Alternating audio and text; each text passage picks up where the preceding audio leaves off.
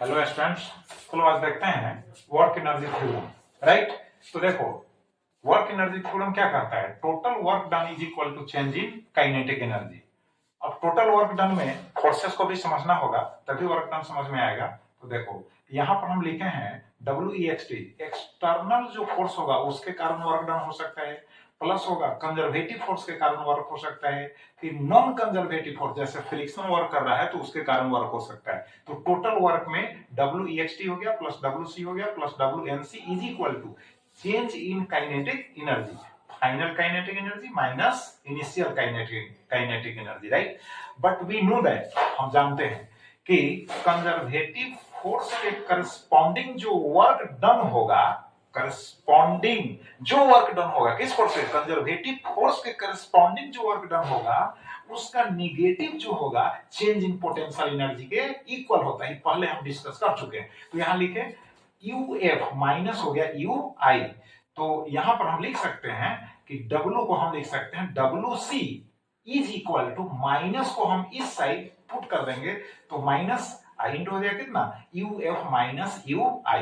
अब ये जो मेन हमारा फॉर्मूला है इसमें पुट करेंगे WEXT माइनस यहाँ हो गया UF, अब माइनस माइनस क्या हो जाएगा प्लस UI हो जाएगा, यहाँ माइनस माइनस प्लस UI हो जाएगा, प्लस WNC होगा, this is equal to KF minus KI होगा।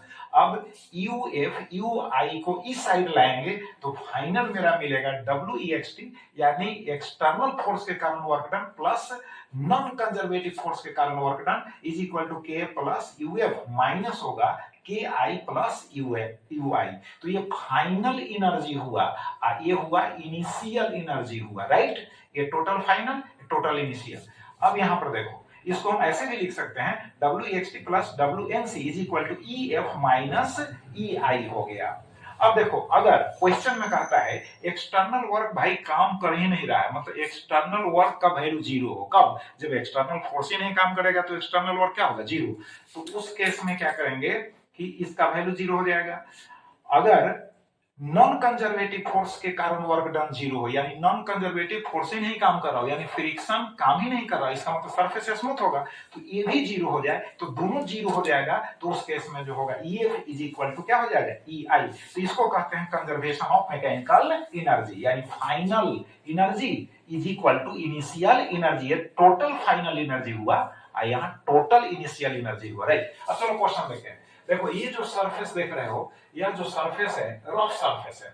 अब यहां से इसको पुश करके छोड़ दिया गया भाई, तो एक्सटर्नल फोर्स जीरो, तो पुश करके छोड़ दीजिए। अब ये है ना, यहां से स्लाइड करते करते यहां पहुंचेगा, तो क्या कहता है, find the work done by friction. इसका मतलब है ये जो सरफेस रफ है तो फ्रिक्शन वर्क करेगा, नॉन कंजर्वेटिव फोर्स वर्क कर रहा है तो उसके कारण हमको वर्क डन कहता है।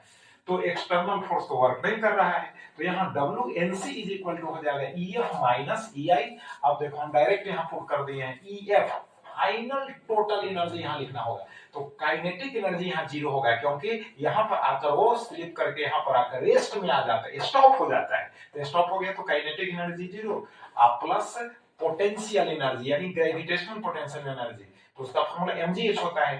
अब यहाँ पर हम पुट कर दिए m का वैल्यू जो है, उसका मास जो है यहाँ पर मास का वैल्यू 1 kg है, तो m इज इक्वल टू 1 हो गया, g का वैल्यू 10 लिए और हाइट दिया हुआ है। फिर उसी प्रकार से यहाँ पर लिखे माइनस, यहाँ पर है ना काइनेटिक एनर्जी जीरो है और पोटेंशियल एनर्जी मास 1 kg है और हाइट इसका 1 है और जी का वैल्यू 10। अब इसको सोल्व करके ले आए तो हमको मिला WMC is equal to 8 minus 10 is equal to minus 2 joule. इसका मतलब है कि वर्क डन बाय फ्रिक्शन जो होगा माइनस 2 जूल होगा, और नेगेटिव साइन शो कर रहा है कि फ्रिक्शन के द्वारा जो वर्क होता है नेगेटिव होता है। राइट, नेक्स्ट क्वेश्चन देखो, यहाँ पर एक पार्टिकल है उसका मास m है। अब यहाँ स्मूथ सरफेस है, जो ट्रैक देख रहे हैं स्मूथ सरफेस है, अब वहां से उसको पुश करके छोड़ दीजिए, तो यहाँ जो है इससे स्लिप होते हुए आएगा यहाँ, तो ये रोल करते हुए यहाँ पर आएगा, तो यहाँ पर कहता है इसका वेलोसिटी यहाँ पर क्या होगा।